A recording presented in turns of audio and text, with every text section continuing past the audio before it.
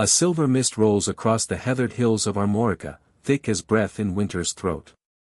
It clings to the stones and the fur of the sheep, settling like memory in every hollow and bone-filled ditch.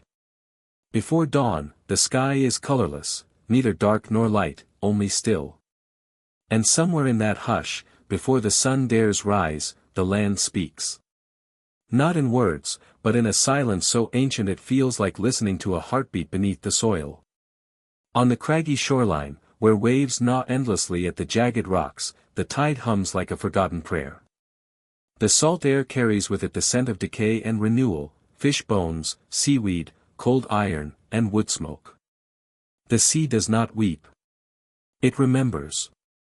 And tonight, it remembers them. They lived here once, the ones the wind has not quite let go of.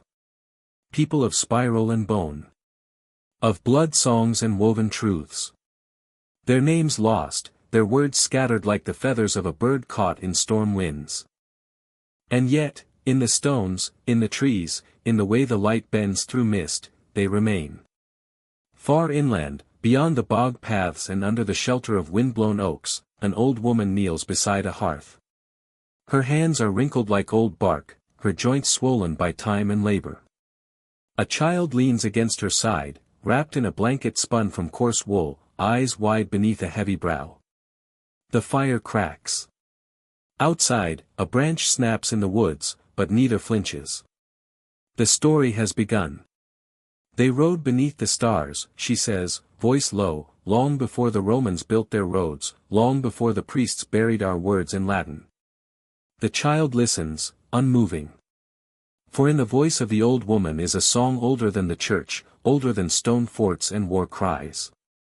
A memory passed not through books or ink, but through breath. They came from the heart of the continent, she murmurs, feeding the fire with splinters. From where the rivers braid like hair, where mountains were gods, and every bird carried an omen. Outside, the wind stirs the reeds. And as her voice wraps the room in shadows, the child sees it, not with eyes, but with spirit.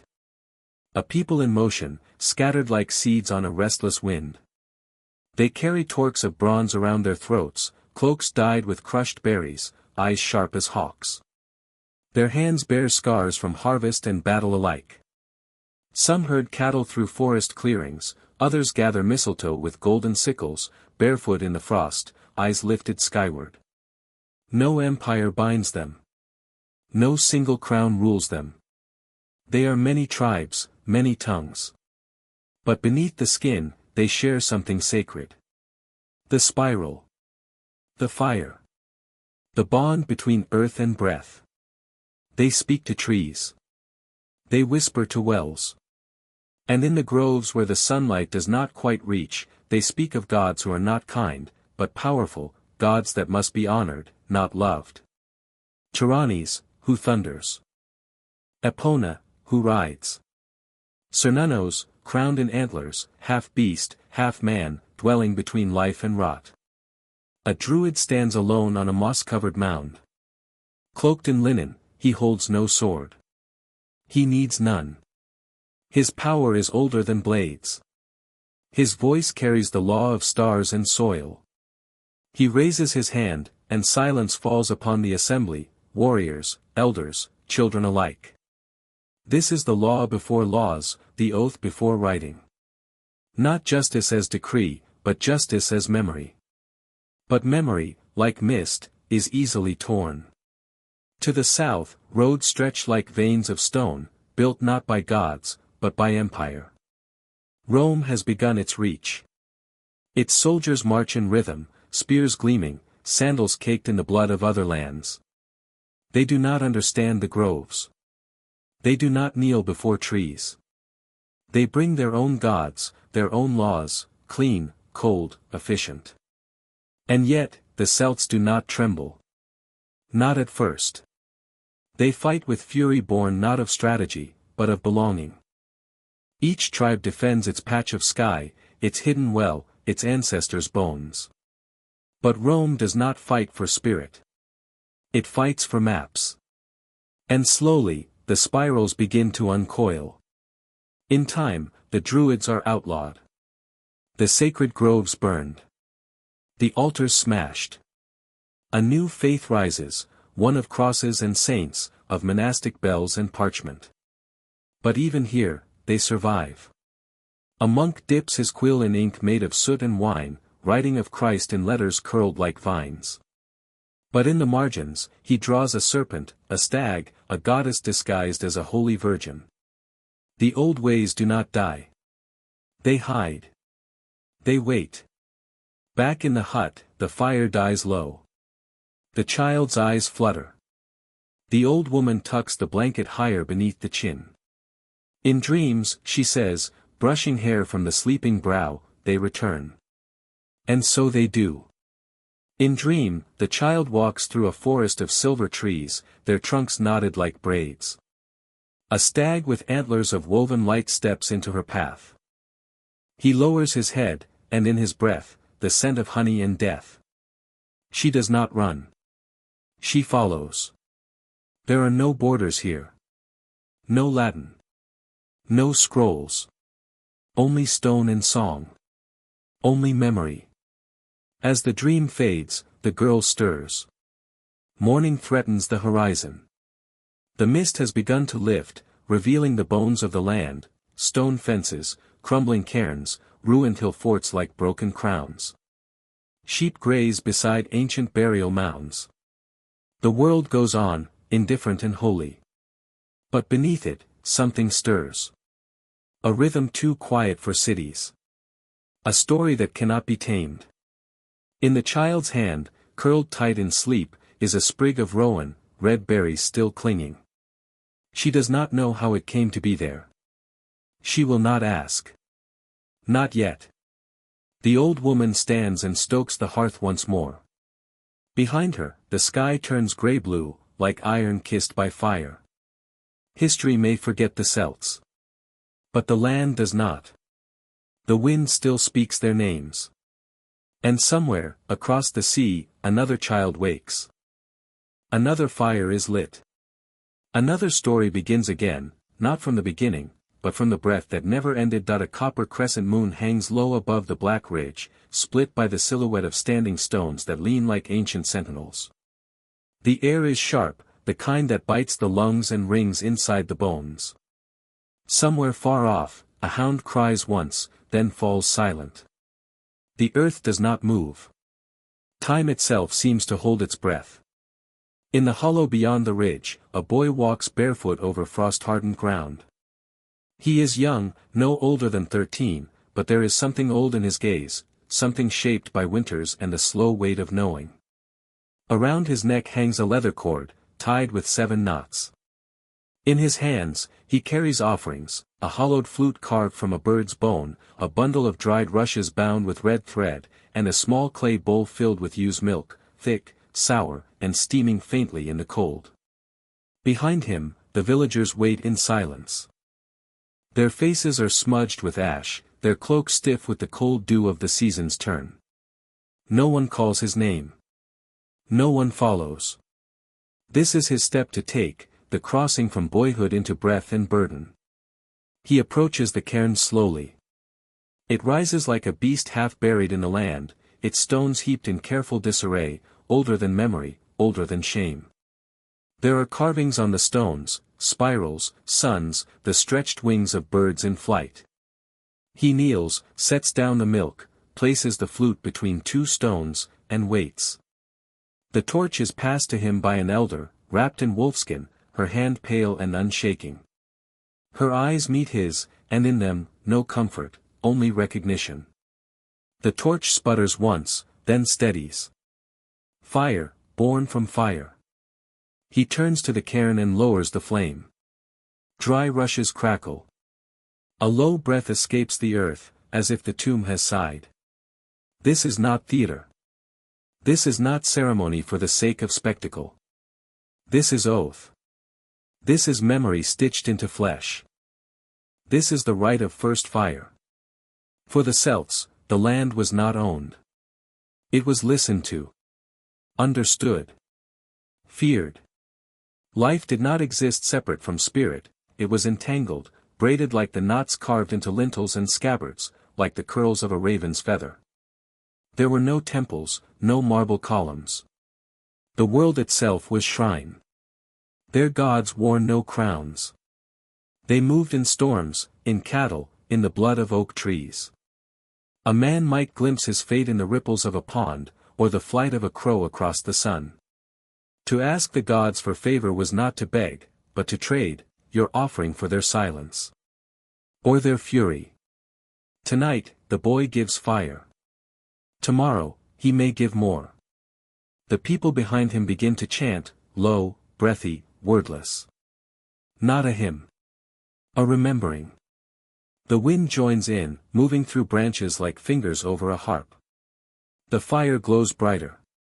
Shadows leap across the stone.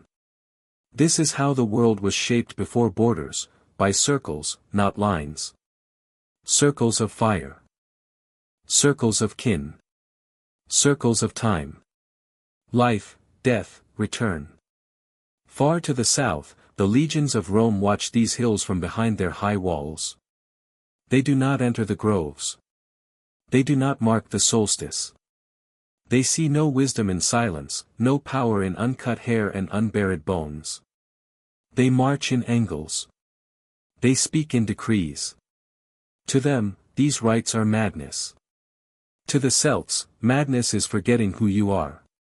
The boy lowers his head. Smoke rises from the cairn, thick and sweet with peat and burning thread. He breathes it in. It fills his throat, his lungs, his heart. He does not cough. He does not flinch. He sees, in the smoke, a vision, or something like it. A woman standing in the surf, hair like kelp, eyes hollowed by salt. A man nailed upside down to a tree, whispering to ravens. A deer bleeding in a circle of stones, its breath lifting steam into the stars. He blinks. They vanish. But something inside him has been marked. He is no longer only himself. From this night forward, he is part of the remembering. And so it has always been. In ancient Gaul, in Pannonia, in the highlands of Caledonia, boys like him knelt before fires. Girls wept beside altars carved into the sides of hills. Elders spoke to trees and buried their secrets in the mouths of the dying. Sacrifice was not cruelty. It was necessity. It was acknowledgement, that life demands offerings, that spirit must be fed. Cattle were slaughtered with prayers. Prisoners taken in war were bound, not with rope, but with iron purpose, to become bridges between worlds. And when their blood ran into the roots of sacred groves, no one laughed. No one looked away. Rome would call them barbaric. Savage. Without order. But they had order, only one that obeyed moss and moon, not marble. The boy returns to the village at sunrise. His face is pale. His mouth is dry. But in his eyes, a new fire. The villagers do not cheer. They do not embrace him. They simply nod. He is now a bearer of flame. At the edge of the forest, a Roman scout watches from behind a tangle of thorns. He saw the boy kneel. Saw the fire rise. He returns to camp uneasy. Not afraid, not yet, but unsettled. For what empire fears most is not war. It is a people who cannot be conquered because they do not seek to conquer. The Celts did not build cities. They built memory. They etched it into stone and skin, carried it in songs and bone flutes, whispered it to the unborn. They carved symbols that spoke of balance, of breath, of the eternity that lives in every falling leaf. And though the names of their gods may be forgotten, the feeling remains. You know it, even now. In the hush before the storm. In the cry of a bird alone in the sky. In the way your skin prickles at the edge of old ruins. The boy, now a man, walks through the fields alone. The milk he offered is gone. The flute is blackened. The cairn smolders faintly. But something lingers in the air. Not smoke. Not ash. A promise.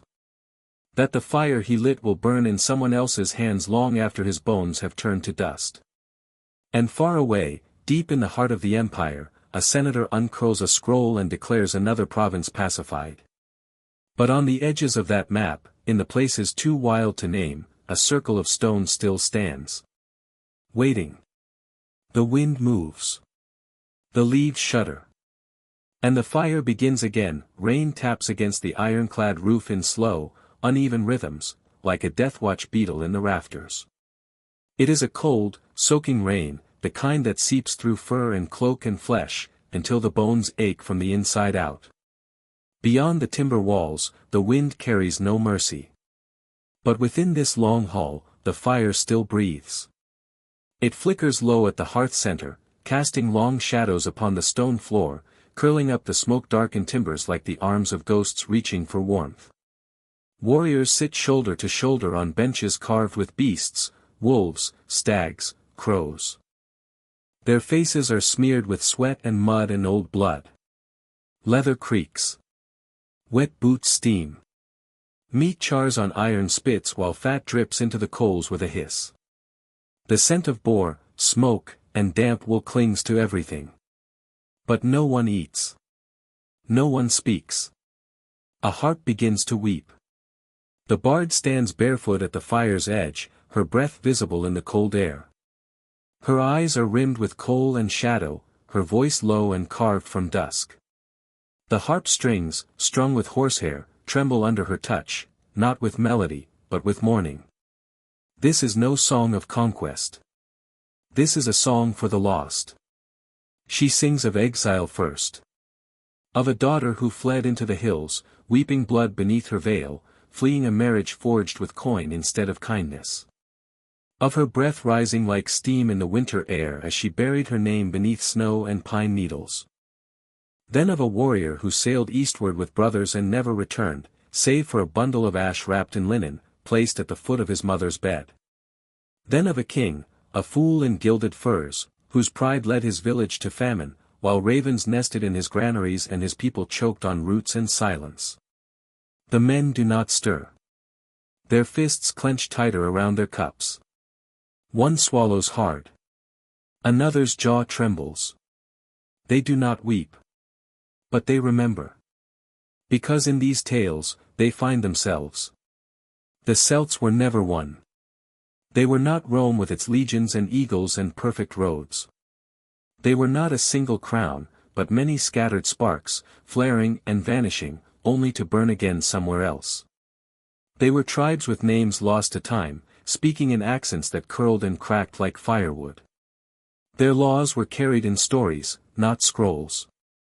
Their memory lived not in vaults, but in breath. The bard's song shifts. She sings now of Boudica. The woman with ember-red hair and fire in her marrow. Her daughters were torn. Her kingdom seized. And so she painted her body in woad and set the fields ablaze. Rome, they say, did not forget her scream, not for centuries. Then of Brennus, laughing beneath the vaulted ceilings of a Roman temple, his sword pointed not at the gods, but at the marble itself. Woe to the conquered, he whispered, and the walls seemed to tremble. And finally, of those whose names were never inked in parchment, warriors who died with no one watching, whose graves now lie under hedgerows and sheep tracks, their bones feeding the very roots that once shaded their children. Still, the song does not break. Because this is not grief. It is inheritance. The young warriors, quiet in the half-light, understand this. Not all will live to see the next spring. Some already feel the wound in their bellies, the fever behind their eyes. But here, tonight, they are kin. Not in blood, perhaps. But in burden. The bard finishes her verse. She plucks one final note, thin as a thread, sharp as a thorn. Then silence. The fire cracks once, like a drum too shy to echo. And in that stillness, there is a kind of reverence. No applause. No cheers. Only the sound of rain growing heavier on the roof, the wind turning colder, and the sense that someone, or something, is listening just beyond the walls. The Celts knew this silence well. It was sacred. It was in the hush before battle, in the breath held as omens were read from entrails or bird flight. It was in the glance between a mother and son as he left with shield and spear. It was in the moment before justice was passed beneath the twisted boughs of a sacred oak, the druid's eyes closed, one hand resting on a stone warm with blood. Silence was never empty. It held memory. It held weight. Outside, the world shifts. The long haul is not eternal. The tribe is not safe. Already, to the east, the iron tides of Rome swell. Their scribes prepare to write the Celts into the margins of history, as savages, as conquered, as forgotten. But what parchment cannot hold, song can. The bard steps away from the fire. Her shadow melts into the others. The warriors begin to eat now, quietly, reverently. A gesture of survival, not indulgence. Every bite a defiance. Every swallow a prayer. One young man glances at the harp, still vibrating faintly in the dark. He has never touched its strings. But someday, he will. And he will remember. Because the Celts knew, perhaps better than any empire ever could, that memory is a weapon. Not just against forgetting, but against erasure.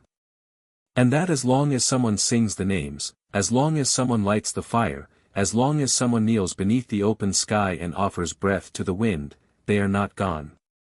They are only waiting. Waiting to be heard again. Waiting to rise, not in armies, but in echoes. And somewhere, beyond the mist and mud, a new sound begins to stir.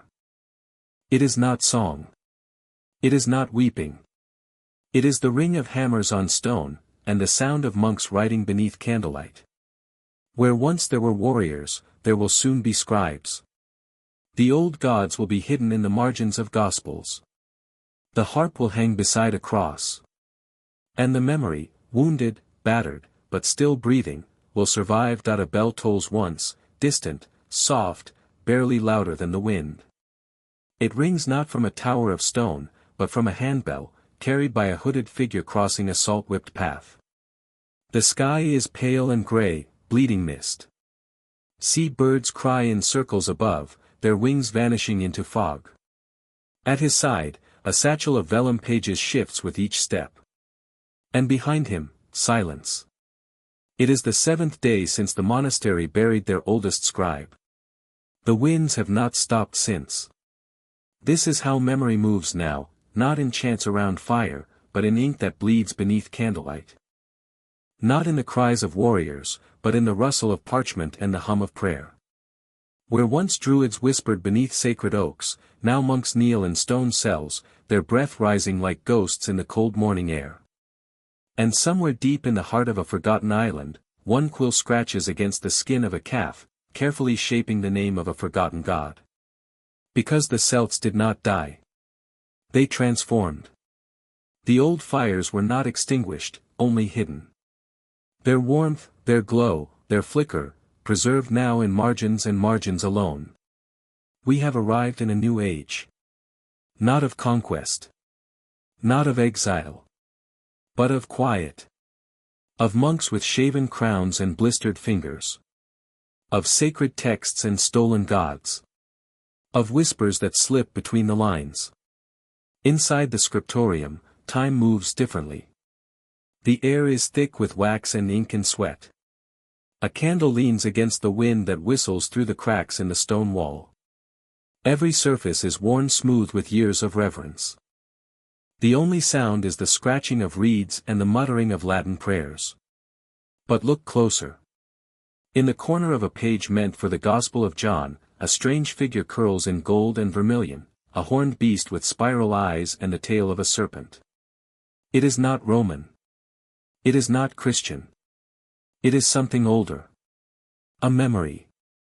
The monks, sons and grandsons of once proud chieftains, carry their ancestors in their ink. They write Christ's name in letters shaped like knotwork and river bends. They shape saints like warriors, robes like cloaks, halos like sun wheels. They do not forget. They do not dare.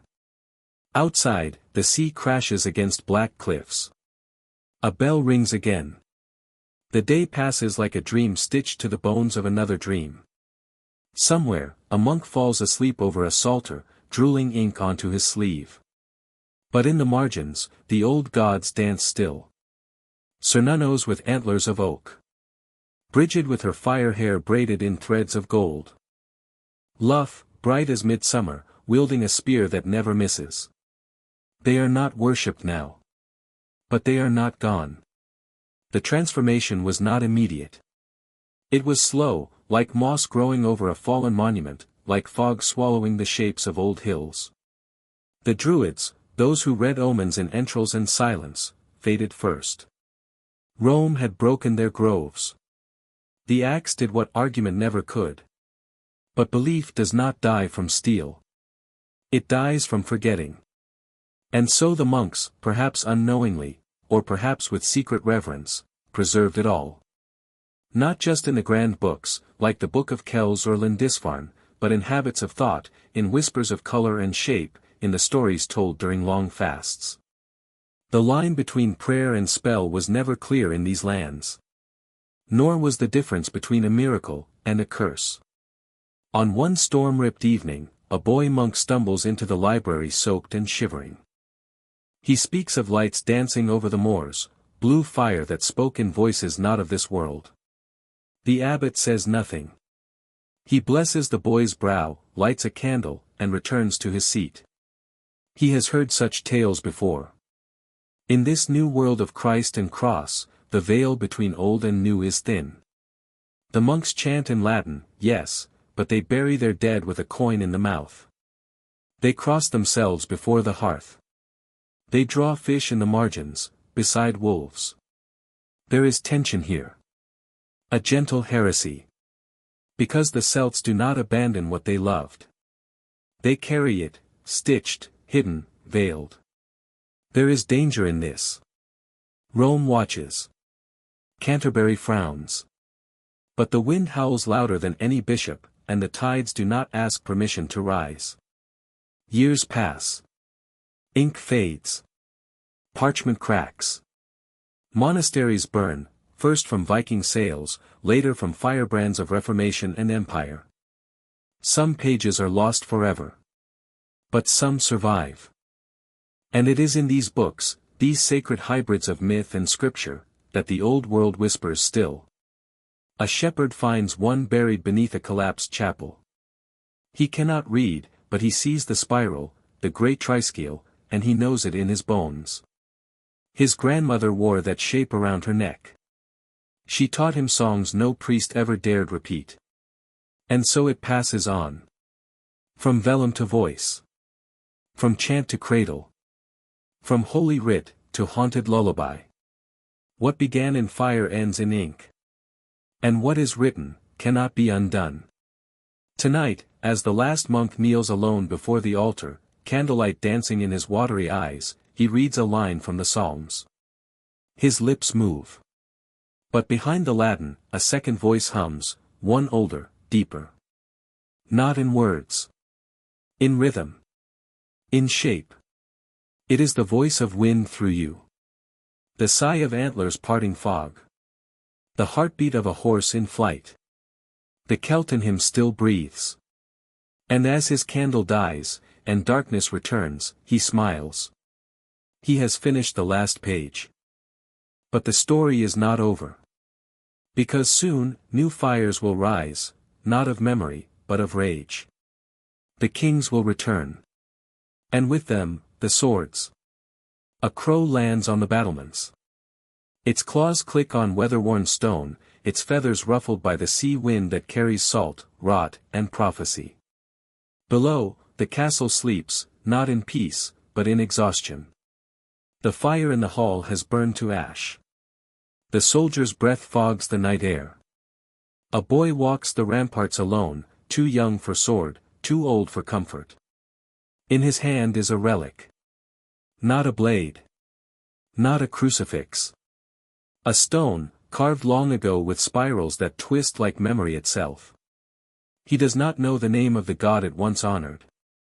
But when the wind moans through the ruins, he listens. And he wonders. Because the land remembers. The monks may have tamed the myths in ink, but outside the scriptoria, in the hills, in the highlands, in the marshes where torches flicker and disappear, something older stirs. It is not loud. It does not rage. It waits. And when it speaks not in Latin, but in longing. This is the silence before the sword. The world has changed. Again. Rome is long crumbled. The Druids are dust. But now new lords wear crowns of iron and bear crests foreign to the old clans. Normans. Saxons. Marchers. They raise keeps on stolen land and call it justice. They bring walls, law, taxation, all dressed in the language of civilization. But beneath every flag planted in Celtic soil, something protests, not in words, but in roots that crack stone, in rains that drown harvests, in the rebel songs hummed low beneath the breath of farmers. The Celts have not vanished. They have endured. And endurance, here, is an act of war. There are places even the king's writ cannot reach. Places where the hills breathe fog, and hoofbeats echo like thunder. Gaelic warlords still ride, cloaked in wolf fur, bearing swords hammered by blacksmiths who remember the old ways. They drink from horn and sing of heroes whose names were once spoken in the same breath as gods. Their kingdoms are fractured, a patchwork of rival clans, of shifting alliances, of betrayal and blood feuds. But when the wind shifts, they unite. Not for conquest. For memory. Because every hill they fight for, every stone circle they protect, is a prayer, to remain unforgotten. To keep the language of their grandmothers on the tongue of their sons. To die with their own gods watching. In one valley, a banner flies high above a wooden palisade. It bears no lion, no cross, only a boar, tusked and fierce. The Lord beneath it walks with a limp, the cost of a Norman arrow years ago. But his voice? That still strikes fear. He speaks Gaelic like a blade, sharp, swift, and sacred. Every field they claim, we salt with our dead, he says. His men listen. Their eyes gleam. They are not many. But they do not need to be. Because for them, each skirmish is not just land. It is identity. They know they will not win in numbers. The enemy has catapults, trained cavalry, inked charters signed by kings far away. But the Celts have something else. They have ghosts. And ghosts do not surrender. Night falls. In the glens of Scotland, clans gather in secret. A torch is lit from a sacred flame passed down through winters and famine. It flickers against stone carved with runes no scholar dares interpret. A circle forms. There are no priests here. Only elders. Warriors. A mother who buried her child beneath a standing stone now worn smooth by centuries of storm. They raise their voices in chant, not Latin, not English. But the tongue of ancestors. It does not echo. It sinks into the earth like seed. Elsewhere, in Wales, a harp plays in the hall of a lord resisting English taxation. The melody is mournful, the tale older than Arthur. It speaks of betrayal, not by enemies, but by brothers who forgot their names, their gods, their land. A tear runs down the cheek of a young girl listening from the shadows. She does not know why. But she remembers it. That is the quiet rebellion. Not with swords. With memory.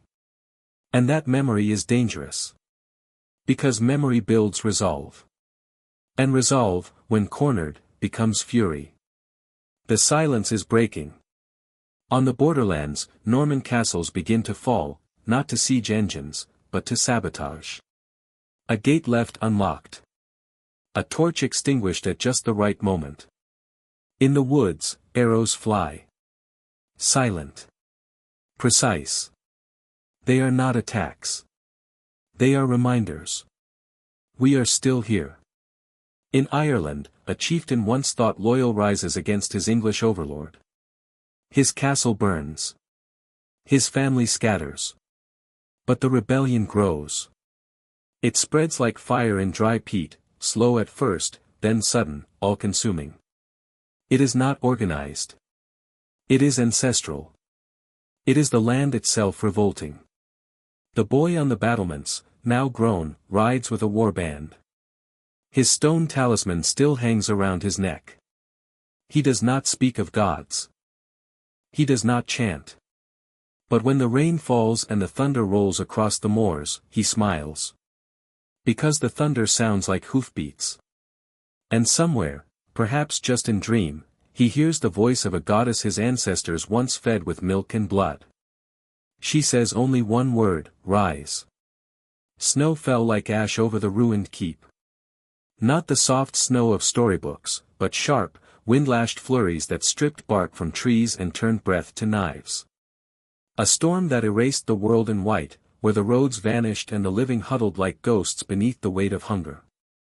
Atop a scorched battlement, a figure knelt. A crown in his hands. Not gold, but iron. Forged in haste. Tempered by blood. Too heavy for a child. Too bitter for a hero. The last of the warlords had fallen. And with his death, something shifted. Not in the heavens, the gods were long silent, but in the bones of men who no longer dreamed. Because the war was over. And the victor was winter.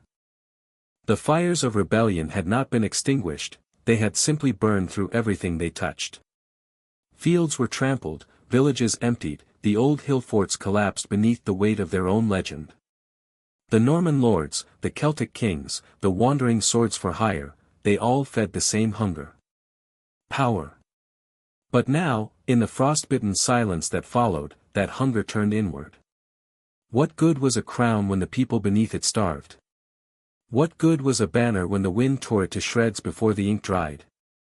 In the south, famine gripped the valleys. Livestock froze standing. Mothers wrapped children in rags and prayed to gods whose names they no longer remembered. The roads were lined with beggars and bones, and the bones spoke louder. No one ruled here. Not truly. The king in the distant court may have scribes and seals, but his reach faded where the land grew wild and cruel. In the highlands, the snowdrifts buried the laws. And in that silence, a new kind of leadership began to emerge. It did not wear crowns. It wore scars. There was a woman they called the Widow Queen, though she was no queen, and she had buried 3 husbands. She ruled from a monastery half-burned, her throne a broken pew, her court made of orphans and ex-soldiers too tired to keep killing. She spoke little. Her rule was not law, but memory. Do you remember what warmth felt like, she would ask, when arguments rose in the chapel? And silence would fall. Because they did. And they missed it. So they listened. She fed her people not with grain, but with stories, of the old clans, of the forest spirits, of the gods of fire and field. She rekindled identity where swords had failed. In the east, a monk who had once been a soldier carried a relic up the spine of the mountains, a reliquary filled not with bone, but with soil. Soil from his homeland, salted by war, blessed by the blood of his fallen brothers. He planted it beneath a cairn and wept. Not for victory. But for roots.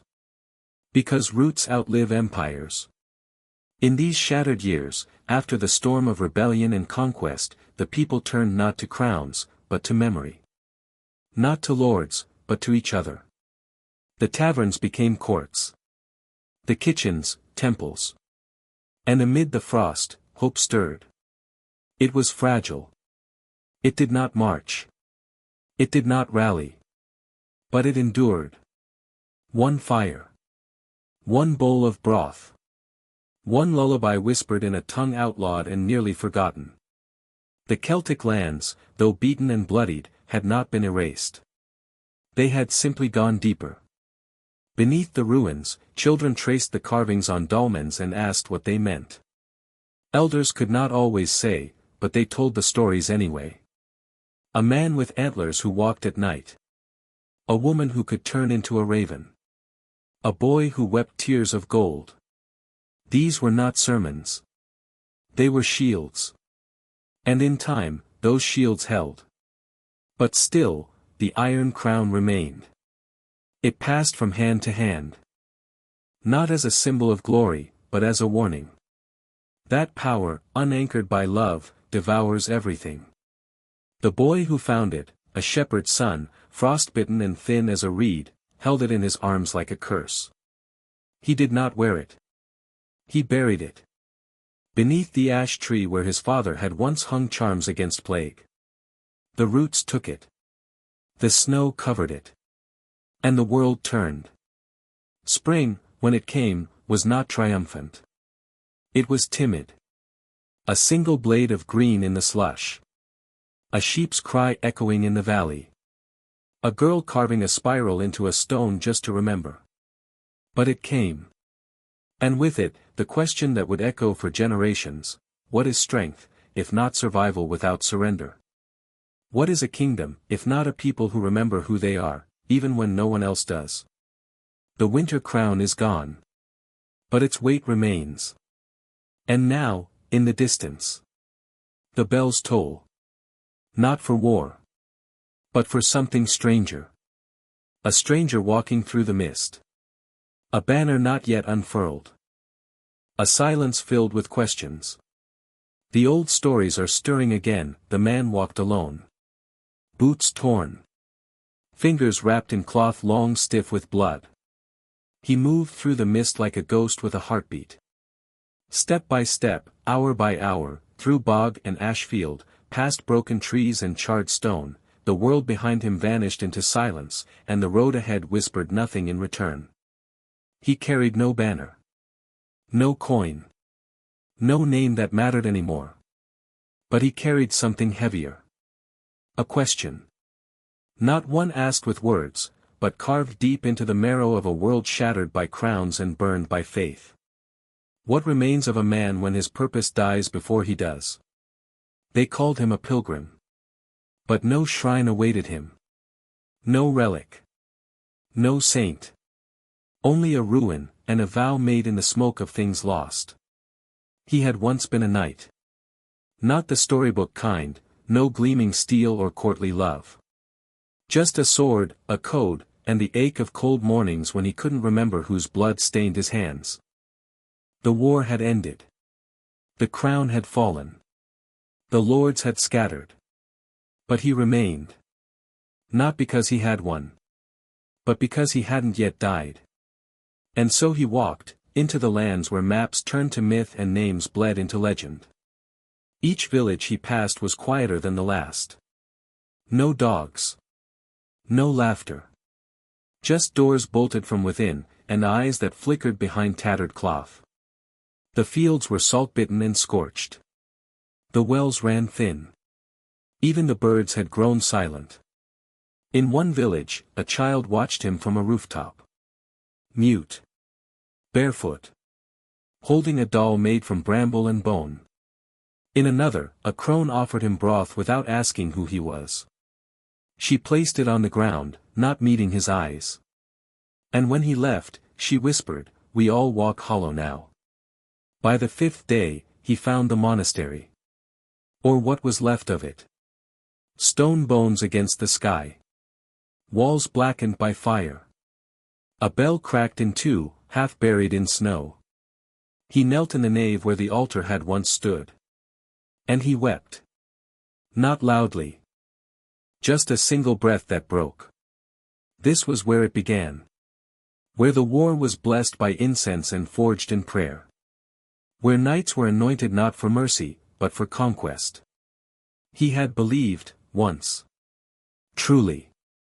Believed that violence, if sanctioned by Scripture, could become salvation.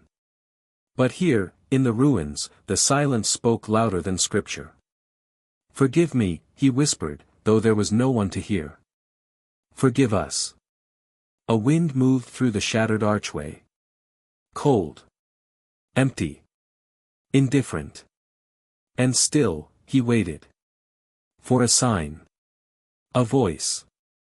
A weight lifted. Nothing came. But then, a sound. Soft. Bare feet on stone. He turned, hand at the hilt, though his blade was more rust than steel. A girl stood there. Thin as famine. Eyes the color of dusk. She did not flinch. Did not speak. She simply stepped forward, and placed something in his hand. A candle. Unlit. Then she left. No explanation. No name. But in that gesture, small, silent, human, something cracked. Not in the stone. But in him. He did not light the candle. Not yet. He carried it. Out of the monastery. Into the woods. Across the river where the bridge had collapsed, and through the valley where the bones of 1,000 forgotten soldiers lay beneath the snow. He walked, not as penance. But as remembrance. Each mile a prayer not spoken, but lived. For the child burned in the siege. For the mother hanged for sheltering a deserter. For the priest who turned away when the screams began. He walked for all of them. And slowly, painfully, the hollowness inside him became something else. Not hope. Not yet. But direction. A reason to keep going, even if no end revealed itself. In the mountains, he found others. Not pilgrims. Not warriors. Just survivors. A boy missing an eye. A midwife with frostbitten fingers. A baker who had forgotten how to smile. They followed him. Not because he asked them to. But because he walked with purpose in a world that had none left. At night, they built fires. They told stories. Of the old days. Of gods who once wept for men. Of forests that whispered names when no one was watching. And slowly, the silence loosened its grip. Not banished. But softened. The candle he had been given, he placed it atop a cairn of stones. Still unlit. But waiting. A symbol. That maybe, just maybe, light did not have to burn bright to matter. Sometimes, the promise of flame is enough. By the time spring broke through the frost, the man had changed. His beard thick with gray. His shoulders bent, but steadier. He no longer wept. But he remembered. And in remembering, he built something the war could not burn. A path. Not wide. Not straight. But walkable. From ruin to ruin. From silence to song. The hollow pilgrim never found redemption. But he became a compass. And in a world still cracked by grief and betrayal, sometimes, that was more powerful than any crown. Now, on the edge of the next chapter. The path splits. One way leads deeper into the woods. Into forgotten places where old things stir beneath the moss. The other leads toward the sea. Toward ships. Toward kings who have heard of the silence in the north, and do not like what it means. Because something is rising. Not an army. But a memory. And memories are harder to kill than men.